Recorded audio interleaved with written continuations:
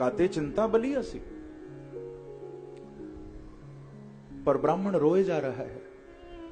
संत ने कहा, भाई तू बोलेगा नहीं तो मुझे पता कैसे चलेगा?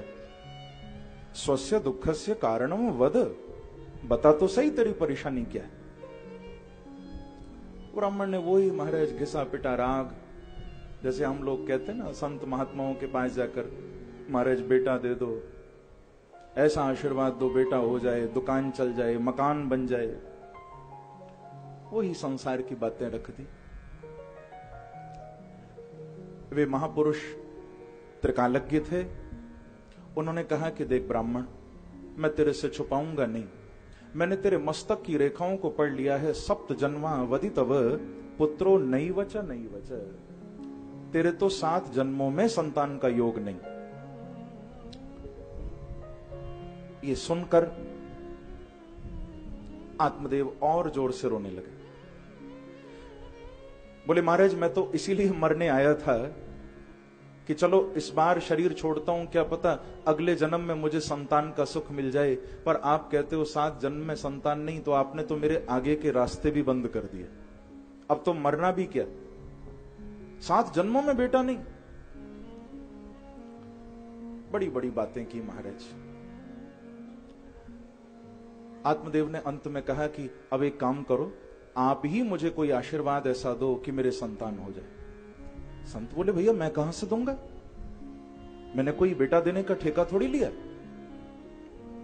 आत्मदेव बोले मैं तुमको समझ गया हूं, आप कोई ऐसे वैसे महात्मा नहीं हो, आप चमत्कारी संत हो। बोले तू ये कैसे समझा? अरे आपने ही तो कहा, अभी अभी आप बोले कि मेरे 7 जन्मों में संतान नहीं होगी, तो मैं जान गया हूं कि यदि तुम 7 जन्मों की आगे की बात देख सकते हो तो तुम अपने आशीर्वाद से बेटा भी दे सकते हो। जो 7 जन्म आगे की देख रहा है, क्या वो बेटा नहीं दे सकता? आप कृपा करो, नहीं तो मैं आपके सामने ही प्राण त्यागूंगा, यहीं मरूंगा। अब तो महात्मा घबराए। महात्मा बोले ये तो मेरे ही गले पड़ गया, पहले तो अच्छा खासा कहीं और मरने जा रहा था, अब कहता यहीं मरूंगा। संत को दया आ गई।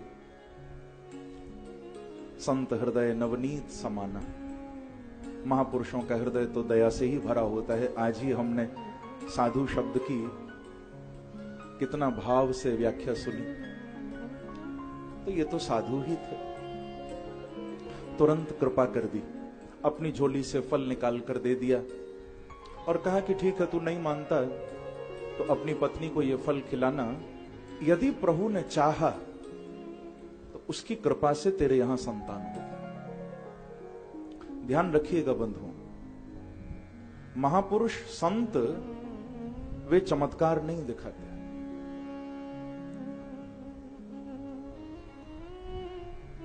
संत चमत्कार दिखाता ही नहीं है। जो चमत्कार दिखाने में विश्वास रखे वो संत है ही नहीं। चमत्कार संत दिखाता नहीं है। संत तो आशीर्वाद देता है। क्या देता है?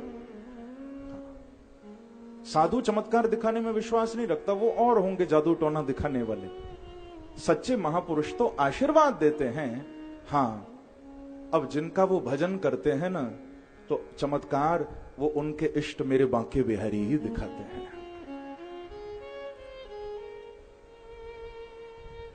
क्योंकि जिस वाणी से प्रभु का नाम निकलता है, मेरे बांके बिहारी उस वाणी को कभी झूठा नहीं होने देते। ध्यान रखना। इसीलिए हम लोग कहते हैं ना कि फलाने महापुरुष के चरणों में हम गए और उन्होंने ऐसी बात बोली और वो बात सत्य हो गई। कई बार ऐसा होता है। संतों के चरणों में हम जाते हैं, संत कुछ कहते हैं, लोग बताते हैं उन्होंने ऐसा कहा था और बिल्कुल वैसा ही हो गया। पर भैया संत का ये चमत्कार नहीं है। ये चमत्कार संत के निकलने वाले उस मुख से जो हरिनाम है ना, ये उस हरिनाम का चमत्कार है। हम लोगों की वाणी क्यों नहीं चमत्कार दिखाती? क्योंकि हम लोग पूरा दिन तो झूठ बोलते रहते हैं,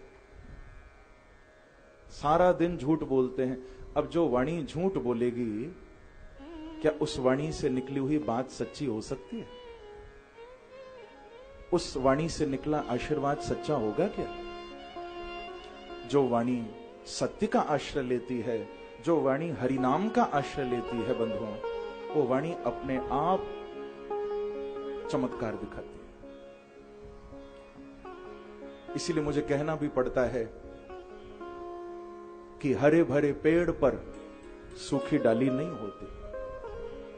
यदि तुम वैष्णव हो, यदि तुम भक्त अपने आप को कहते हो, तो अच्छी तरह कान खोलकर सुन लो। हरे भरे पेड़ पर सूखी डाली नहीं होती और हरिनाम गाने वालों के मुख पर गाली नहीं होती। हम तो सारा दिन इसकी बुराई, उसकी बुराई, इसको अपशब्द, उसको अपशब्द, इसी में लगे रहते हैं। कितना लोग अपनी वाणी को गंदा करते, कितना गालियां देते। परंतु आप यदि हाथ में माला लेकर कभी प्रभु का नाम गाओ, तो उस समय सोचो कि जिस वाणी से तुम राधा नाम गा रहे हो, बिहारी जी को पुकार रहे हो, उस वाणी से क्या गाली शोभा देती है? तो हरे भरे पेड़ पर सूखी डाली नहीं होती, हरि नाम गाने वालों के मुख पर गाली नहीं होती। और फैला दे जो शख्स तेरे दरबार में झोली, फिर उस शख्स की झोली कभी खाली नहीं होती। प्यारे, एक बार कहिए श्री राधे। श्री राधे। तो चमत्कार वो भगवान ही दिखाते हैं, संत महापुरुष नहीं दिखाते। संत तो आशीर्वाद देते। फल लेकर घर आ गए, पत्नी को दिया, धुंधली ने फल खाया नहीं। उसने गौ माता को फल खिलाया है और एक व्यापार अपनी बहन के साथ किया। बहन को धन देकर उसके हुए उस पुत्र को चुपचाप धुंधली ने खरीदा। पति को कह दिया कि मैंने फल खा लिया। बड़ा महाराज नाटक हुआ। आत्मदेव उस नाटक को समझ नहीं पाए। था तो वो धुंधली की बहन का बच्चा, पर उसको अपना ही मान लिया। ये यज्ञ कराने गए थे दूसरे गांव में, पीछे से सारी अदला बदली हो गई। पैसा बहन के घर भिजवा दिया, बेटा जो पैदा हुआ था वो मंगवा लिया। आत्मदेव को घोषणा कर दी कि महाराज आप घर आ जाओ, आपके बेटा हो गया। ये तो बड़े प्रसन्न हो गए कि मेरे पुत्र हुआ। लेकिन संत का दिया हुआ वो प्रसाद भी खाली नहीं गया, वो आशीर्वाद भी सफल हुआ। कृत्रिमा से निर्गते चाथा साधेनो शुशुवेर्भकम् सर्वांग सुंदरम दिव्यं निर्मलम कनक प्रभम।